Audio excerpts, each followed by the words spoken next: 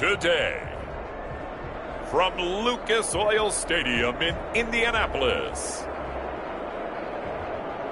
it's Week 13 of the NFL on EA Sports.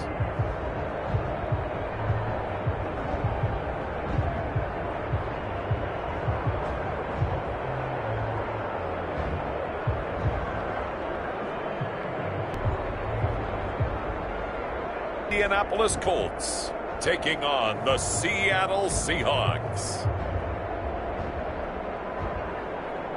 First opened back in 2008, there's a look at Lucas Oil Stadium here in downtown Indy.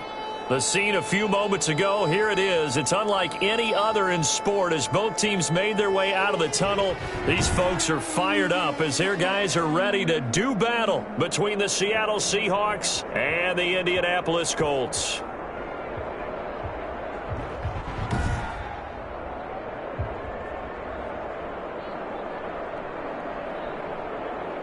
With Charles Davis, I'm Brandon Gaudin. Play. They come in feeling good after back-to-back victories. And the offense last week, they had things humming. If you're a defensive player, you may get overshadowed a little bit, but you're really buoyed by what your offense is doing.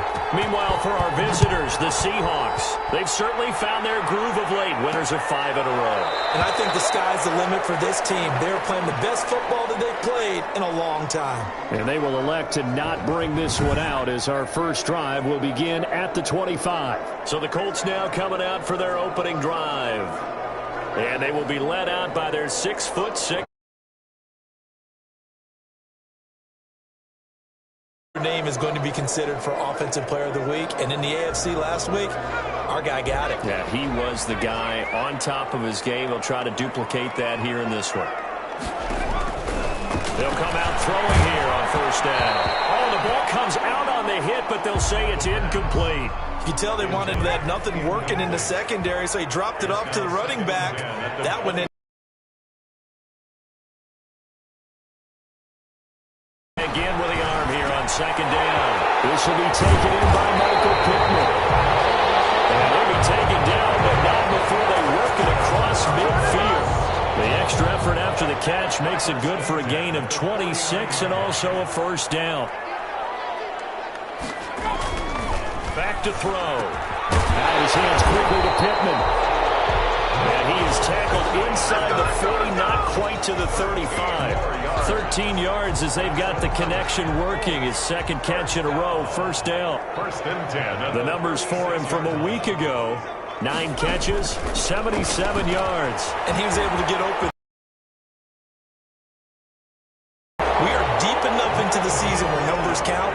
This is #1 rated defense in the NFL. He'll have a tough time. 19 yards there on the catch and run. So 4 plays, Charles, all passes here on the opening drive and already in the red zone.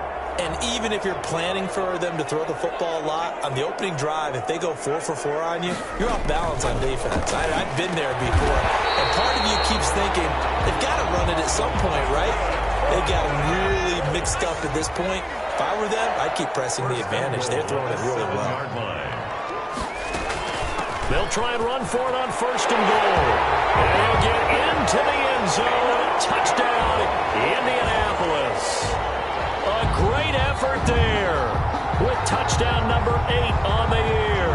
And the Colts take it right down and score on the opening drive.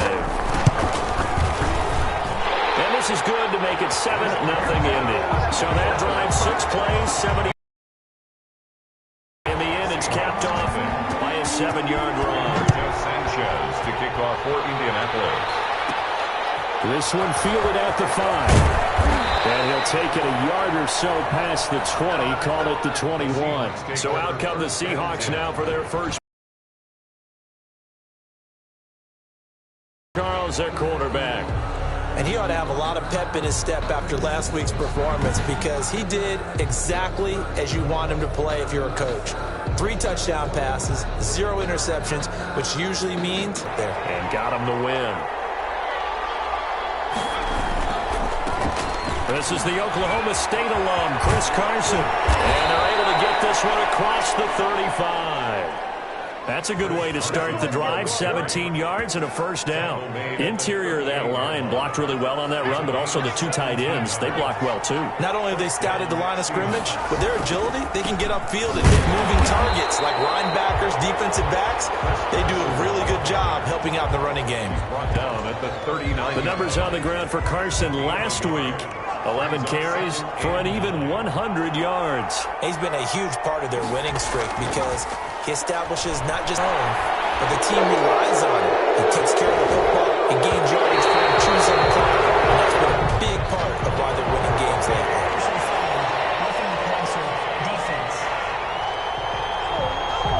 Well, they'll get the yardage, but they hate to see him take that hit.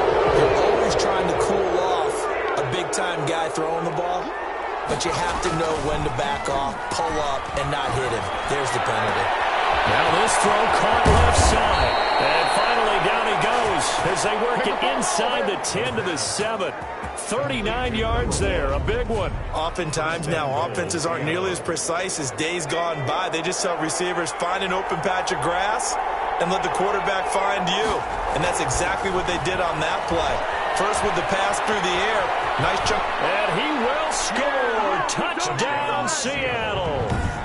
Taking it in from 7 yards away. And the Seahawks just an extra point away from tying this thing up. So a quarterback scramble, certainly a pass play, but he saw something, tucked it, and got in the end zone. A lot of quarterbacks, when they scramble, they're scrambling to create more time to throw the ball downfield. In this situation, as you noted, he tucked it and took off. Great play by him. For Seattle. Each team's had it. Each team has scored. 7-7 here as the kick's away. Fielded in the end zone. And he'll just sit on this one as their drive will start at the 25. Their own 25-yard. Second drive coming up here for the Indianapolis Colts. And they'll be looking to build off of a nice drive last time, a drive that really relied on the quarterback. Making good decisions, distributing the ball well, distributing it accurately, keeping it away from danger. A really nicely run drive. But now the defense, what adjustments do they need to make in the passing game? Pass rush, pass rush, pass rush. Release the guys up front, or maybe you bring additional guys, but you've got to disrupt the timing of them throwing the ball. We'll see if they can disrupt it here. 15 yards on the play, first down. First and 10 at the 40-yard line. From the shotgun, he'll look to throw. Firing quickly here, and that's complete. And taking it across midfield and inside the 45. The catch and run, good for 18 and a first down. I know this may be jumping the gun a little bit, but 7-7, they're flinging it around like crazy. Look at the drive that's going on here. Partner, we may have to start thinking about one of these defenses just holding someone to a field goal and maybe trying to get advantage that way. And he's taken down inside the 30. Back-to-back nice gains. That one for 14 yards and another first. First and 10 at the 28-yard line. These two teams all tied after one. The score tied 7-7.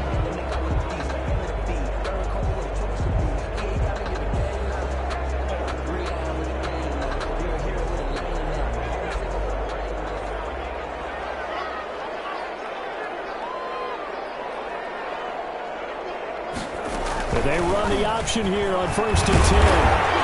This one is stopped about 2 yards shy of the marker. 8-yard gain, second and 2. 8 yards the gain on that last run. Here's second and a couple. It's a gain of 8. Brings up second and 2. It's a jet sweep. This is Pittman. And he gets it inside the 10 to the 9. Michael Pittman. That's good. An excellent run there coming from out wide. And we used to consider these jet sweeps to be gadget plays or something a little bit unusual, right? But now most teams have some version of this play in their playbook. And I think it's a lot because of the receivers that are being developed nowadays. These guys look like running backs even though they're playing out on the perimeter. A terrible spot for a holding call as he'll try again, but now from further back on first and goal. From the shotgun now, here's an inside give. Able to fight for about 4 yards there to the 13. Still a ways from the end zone as they come up now on second and goal. Brings up 2nd and goal.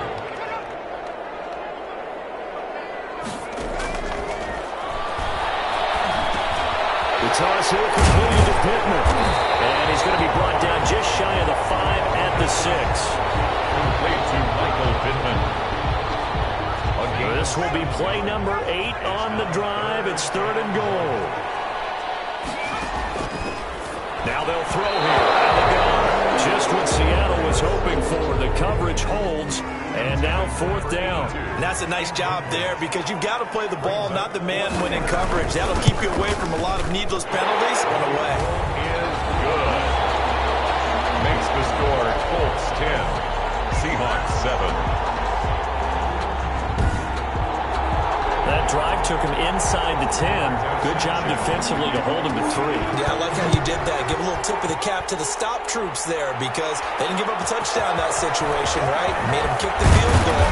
And yeah, points went against them, but that feels a whole lot better running off the field. Over 1st and 10 at their own 26-yard line. Coming to the line here to begin their next drive, the Seahawks offense. And for them, a touchdown their last go-around. Obviously, they'll be hoping to do that again. For this drive, when you start thinking to yourself, okay, what are we going to do? You don't go away from what you did before because that worked, but you have to be prepared for wrinkles.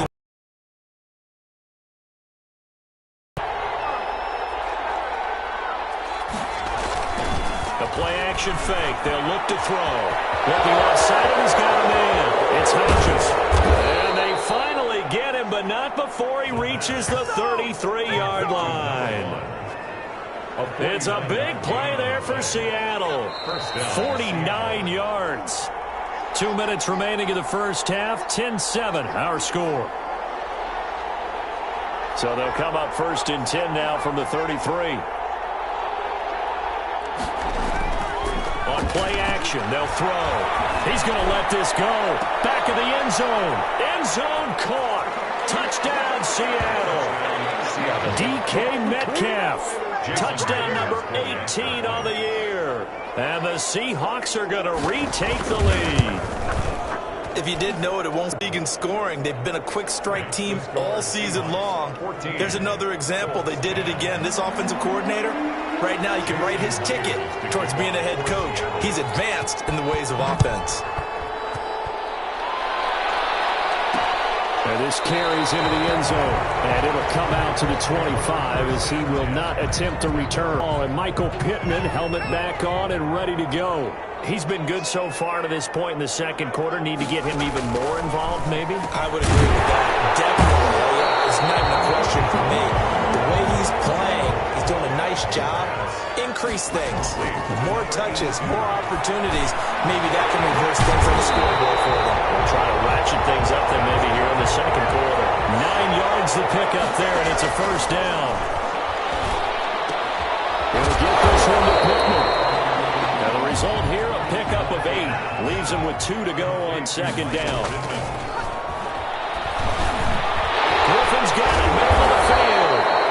The Colts going to use the first of their timeouts as they'll stop him with a tick under a minute to go before half.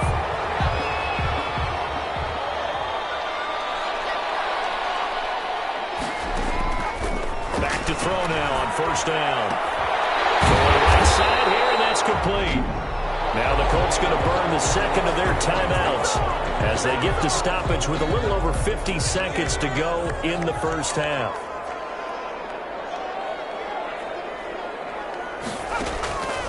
On 1st down, he'll drop to throw. And this is caught at the end.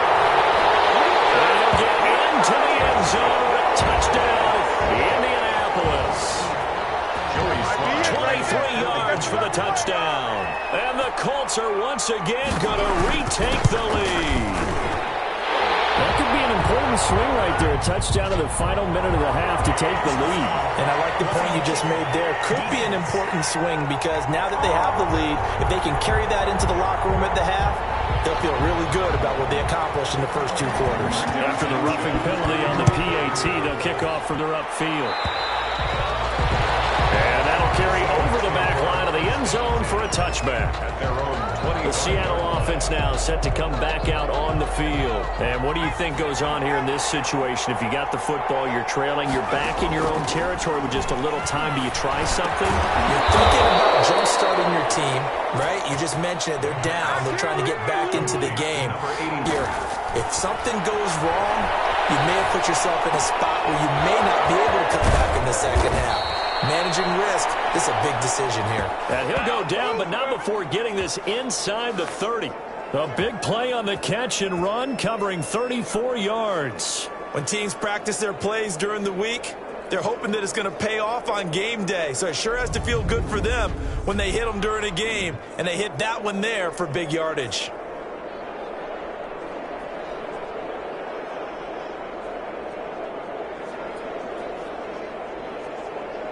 Now whistles and a timeout with 3 seconds left in the first half.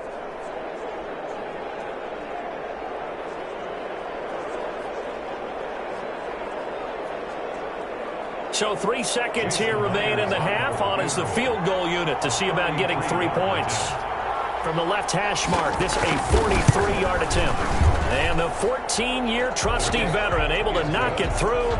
And that will do it for this first half. So thanks to the late field goal, we are all tied up heading to intermission. As we'll send you down to Orlando, we check in with Jonathan Coachman for our EA Sports Halftime Report. Coach. All right, Brandon, thanks very much. Things definitely getting interesting around the NFL as we begin the month of December. So let's get right to it.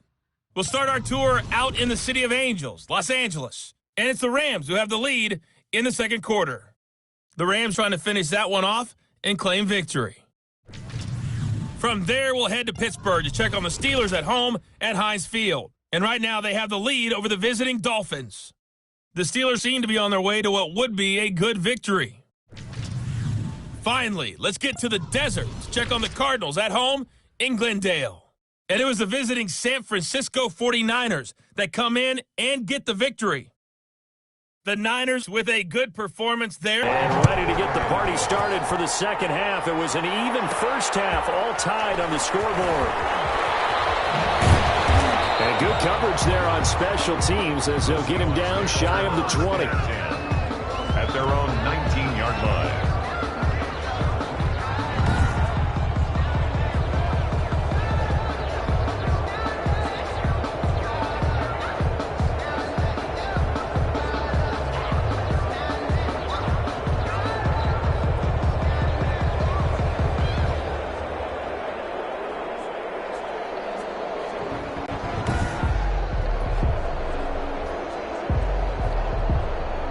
Coming to the line here to begin their next drive, the Seahawks offense. First half showed us some pretty good offense.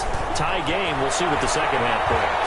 And it'll be interesting because I think both sides feel pretty... That's caught at the 25.